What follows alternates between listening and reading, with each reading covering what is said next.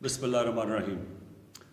ابھی ہم نے اپنی نیشنل کوآرڈینیشن کمیٹی کی میٹنگ کی اور اس میٹنگ کا مقصد یہ تھا کہ جو بھی ابھی پاکستان میں کرونا کی صورتحال ہے اس کے اوپر جائزہ لیا جائے اور پھر قوم کے سامنے جو آگے چیلنجز آ رہے ہیں، جو مشکلات آ رہی ہیں، وہ قوم کے سامنے رکھی جائے۔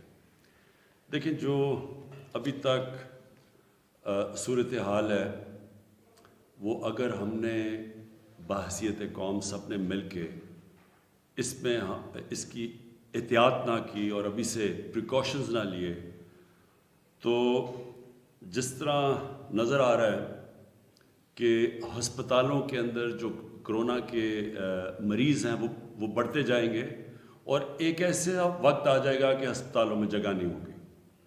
ابھی کیونکہ ملتان میں جلسہ ہوا تھا تو ملتان کے اندر 64% بسترے اب جو کرونا کے لیے رکھے گئے تھے 64% بستر بھر چکے ہیں۔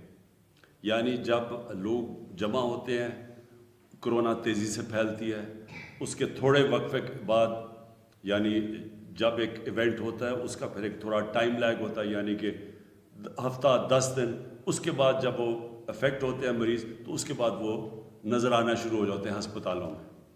تو 64% ملتان کے اندر اس وقت بسترے بھرے ہوئے ہیں کرونا کے مریضوں سے، اور اس وقت 40% بسترے پشاور میں بھرے ہوئے ہیں کرونا کے مریضوں سے، اسلام آباد میں تقریباً 50%، اور ایوریج آ رہی ہے سارے پاکستان میں تقریباً 40% جو کرونا کے لیے بسترے یعنی وینٹیلیٹرز اور آکسیجن اس کے اوپر مریض آ چکے ہیں۔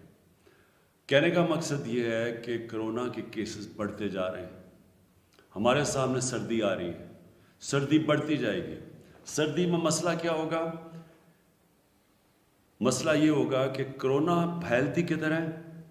جب زیادہ لوگ جمع ہوتے ہیں کرونا پھیل جاتی ہے، لیکن جب باہر زیادہ کم چانس ہوتی ہے، کیونکہ جب باہر کھلا فضا ہوتی ہے اس میں کم چانس ہوتی ہے، لیکن جب کمرے میں لوگ آ جاتے ہیں تو اس میں جراثیم تیزی سے پھیلتے ہیں۔ تو جب سردیاں بڑھتی جائیں گی اور راتوں کو ہیٹر چلے ہوں گے، لوگ ہیٹر کے ارد گرد بیٹھے ہوں گے، کرونا کے پھیلنے کے چانسز بڑھتے جائیں گے۔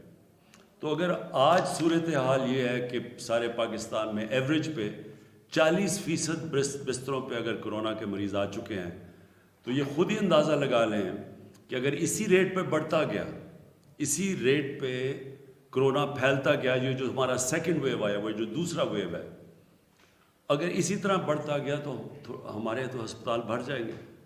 اور جس طرح ہم نے دوسرے ملکوں میں دیکھا، امریکہ میں دیکھ رہے ہیں اور یورپ میں دیکھا، تو ایک اگر ان کے جدھر وسائل بہت زیادہ ہمارے سے، اگر وہاں ہیلتھ ورکرز کو بھی خطرہ اور ہسپتال بھرے ہوئے ہیں تو یہاں تو بہت مشکل حالات ہو جائیں گے۔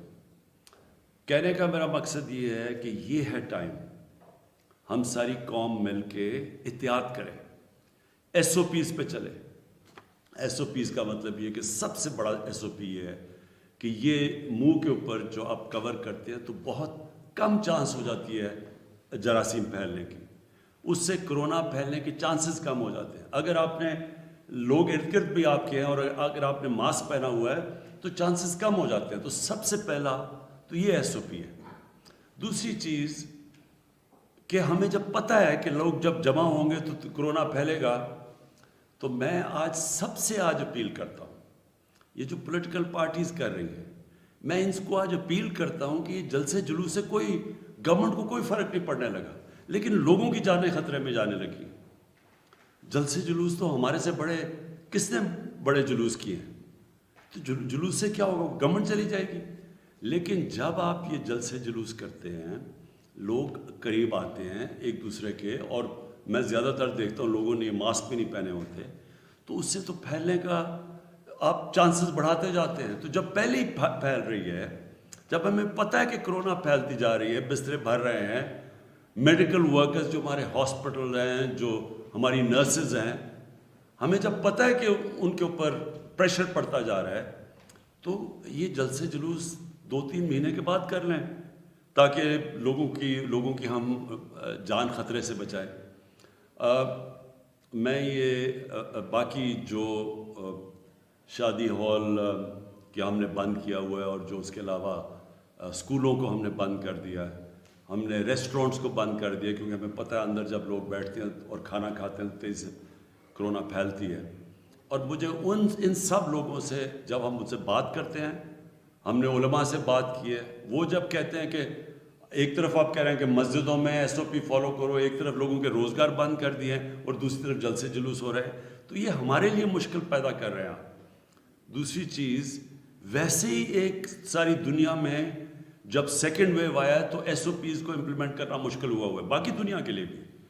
یورپ کے اندر دیکھیں لوگ ریزسٹ کرتے ہیں, اب لوگ تھک گئے ہیں SOPs فالو کرتے ہوئے. انہوں نے تو بڑی دیر لاک ڈاؤنز رکھے ہیں.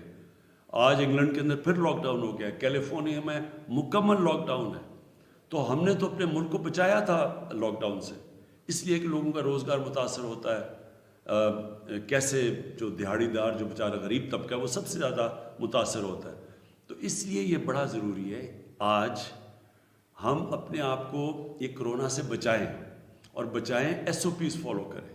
اور ہمیں جو ہم نے جب پہلا اس کا ویو آیا تھا تو ہم اس لیے اللہ نے ہمیں بچا لیا کہ ہم نے قوم نے مل کے SOPs کو فالو کیا تھا, ہم نے بڑا ڈسپلن دکھایا تھا, تو اللہ نے کرم کیا تھا. ساتھ والے ملک کو دیکھ لیں, ہندوستان میں وہاں پتہ نہیں کتنی اموات ہو چکی ہیں, پتہ نہیں 1.5 لاکھ سے بھی زیادہ.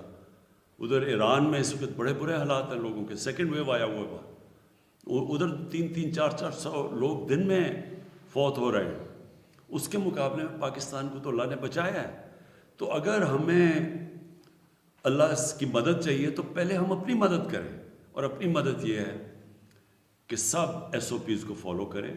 اور میں وہ جو یہ کوشش کی جا رہی ہے جلسے جلوس سے مجھے پریشر ڈالنے کی, اس سے تو مجھے کوئی پریشر نہیں پڑے گا, لیکن آپ لوگوں کی جانوں پہ خطرہ, لوگوں کی جانوں سے کھیل رہے ہیں, لوگوں کی جانیں خطرے میں ڈال رہے ہیں.